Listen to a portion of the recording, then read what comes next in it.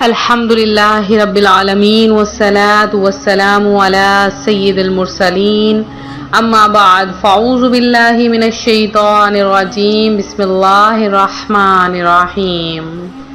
روحانی وظائف چینل کی جانب سے تمام معزز ناظرین کو السلام علیکم۔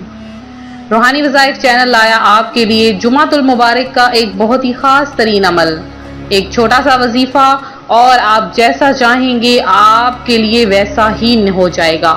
یہ وظیفہ اتنا پر اثر ہے کہ اگر اس عمل کو مٹی پر بھی پھونکا جائے تو وہ مٹی بھی سونا بن جاتی ہے۔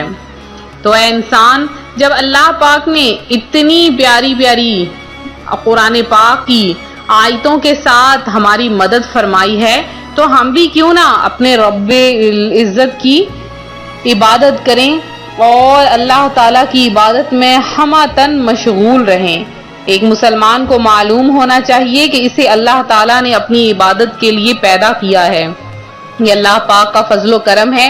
کہ اس نے ہر لمحہ، ہر گھڑی اور ہر سیکنڈ ہمارے لیے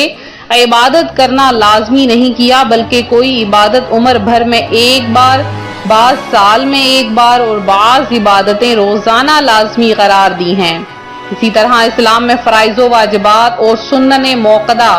کی ادائیگی کے ساتھ ساتھ نفلی عبادات کی ترغیب و تشویق میں ضرور موجود ہے۔ رسول کریم صلی اللہ علیہ وآلہ وسلم نے فرمایا کہ اللہ رب العزت فرماتا ہے کہ میرا بندہ نوافل کے ذریعے میرا قرب حاصل کرتا ہے یہاں تک کہ میں اس سے محبت کرنے لگتا ہوں۔ آپ فرماتے ہیں وَمَا يَزَالُ عَبْدِي يَتَقَرَّبُ إِلَيَّ بِالنَّوَافِلِ حَتَّى أُحِبَّهُ۔ تو روحانی وظائف کے پیارے پیارے اور معزز ناظرین، نفلی عبادات کے بہت سے طریقے ہیں، جیسے روزے رکھنا، مختلف اوقات میں تلاوت قرآن کرنا، نفل نمازیں یعنی اشراق و چاشت، اوابین، صلاۃ اللیل اور تہجد پڑھنا، محافل کا اہتمام کر کے حمد الہی اور نعت رسول بیان کرنا اور سننا، اور قرآن و حدیث میں ذکر اسلاف سے واعظ و نصیحت بیان کرنا اور سننا، اور دن مخصوص کر کے درس قرآن، درس حدیث یا درس سیرت کا اہتمام فرمانا، اور اہل اسلام کے ہاں معروف اہم راتوں میں جا کر محافل کرنا اور اللہ کریم کی عبادت کرنا وغیرہ، یہ سب نفلی عبادات میں شمار ہوتے ہیں۔ یوں تو ہر عبادت اللہ کریم کا قرب پانے کا ذریعہ ہے، لیکن راتوں کی عبادت کو بہت خصوصیت حاصل ہے۔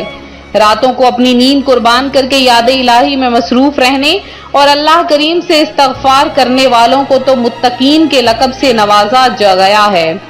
چنانچہ سورہ زاریات میں ہے کہ بے شک پرہیزگار باغوں اور چشموں میں ہیں، اپنے رب کی عطائیں لیتے ہیں،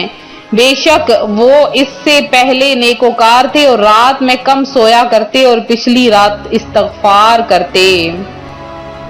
تو قرآن پاک میں جگہ جگہ رات میں قیام کرنے کے بارے میں فرمایا گیا ہے،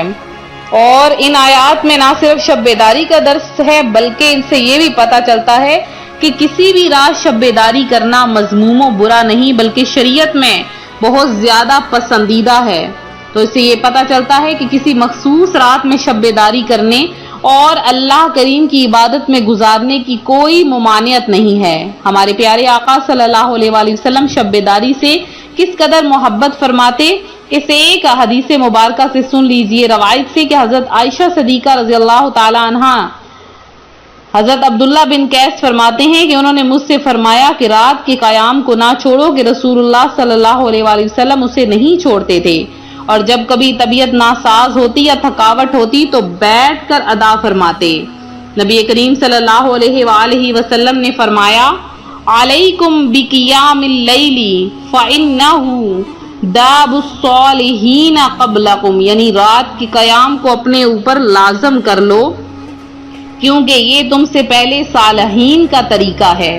تو اگر آپ صالحین میں شمار ہونا چاہتے ہیں اور بغیر حساب جنت میں جانا چاہتے ہیں کہ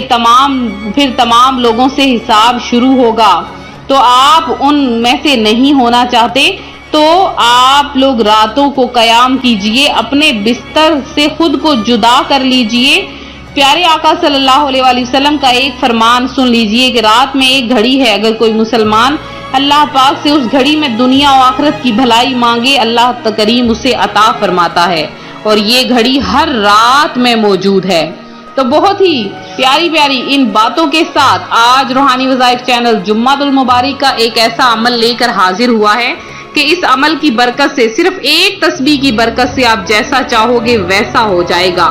اگر یہ عمل آپ نے مٹی پر بھی کر دیا تو وہ مٹی بھی سونا بن جائے گی، اور اللہ پاک آپ کو بے شمار عطا فرمائے گا۔ بس ایک تسبیح آپ نے پڑھنی ہے۔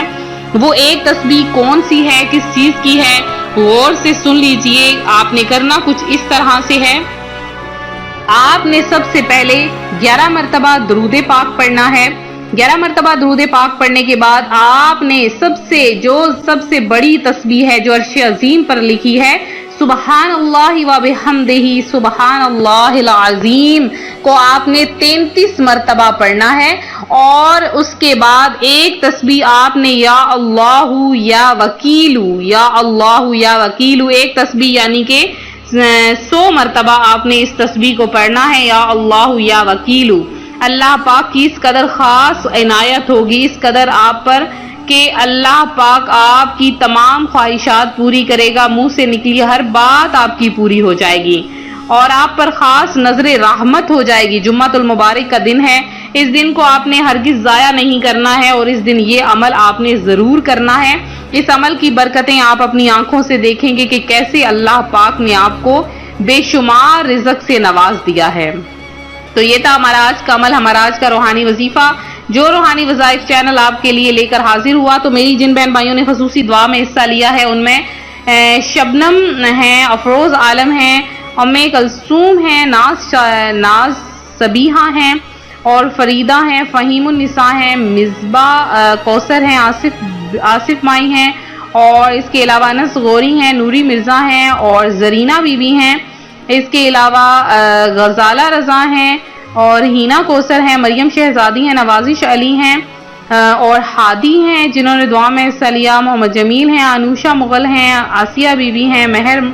ہیں، نبیل صدیقی ہیں، اس کے علاوہ شاہ عالم ہیں، نشاز شافی ہیں جنہوں نے دعا میں حصہ لیا، راشد نواز ہیں، رضوان خان ہیں، ہما شیخ ہیں، محمد اقبال ہیں، شبانہ ناز ہیں، اور سفورہ نیک ہیں، اور محمد ثناء اللہ ہیں، افرا فاطمہ ہیں، سید نسرین ہیں، شبانہ ہیں، اور جنہوں نے بھی دعا میں حصہ لیا ہے، اللہ پاک آپ سب کی تمام حاجتوں مرادوں کو پورا کرے، آپ سب کو اپنی جناب سے بے شمار رزق عطا فرمائے۔ ویڈیو کو لائک، ویڈیو کو شیئر کرنا ہرگز نہ بھولیں، چینل کو سبسکرائب ضرور کیا کریں، اور اس کے علاوہ نوٹیفیکیشن کے بٹن کو بھی پریس کیا کریں تاکہ ہر آنے والی نئی ویڈیو آپ تک پہنچ سکے۔ ملتے ہیں اپنے اگلے وظیفے کے ساتھ، فی امان اللہ۔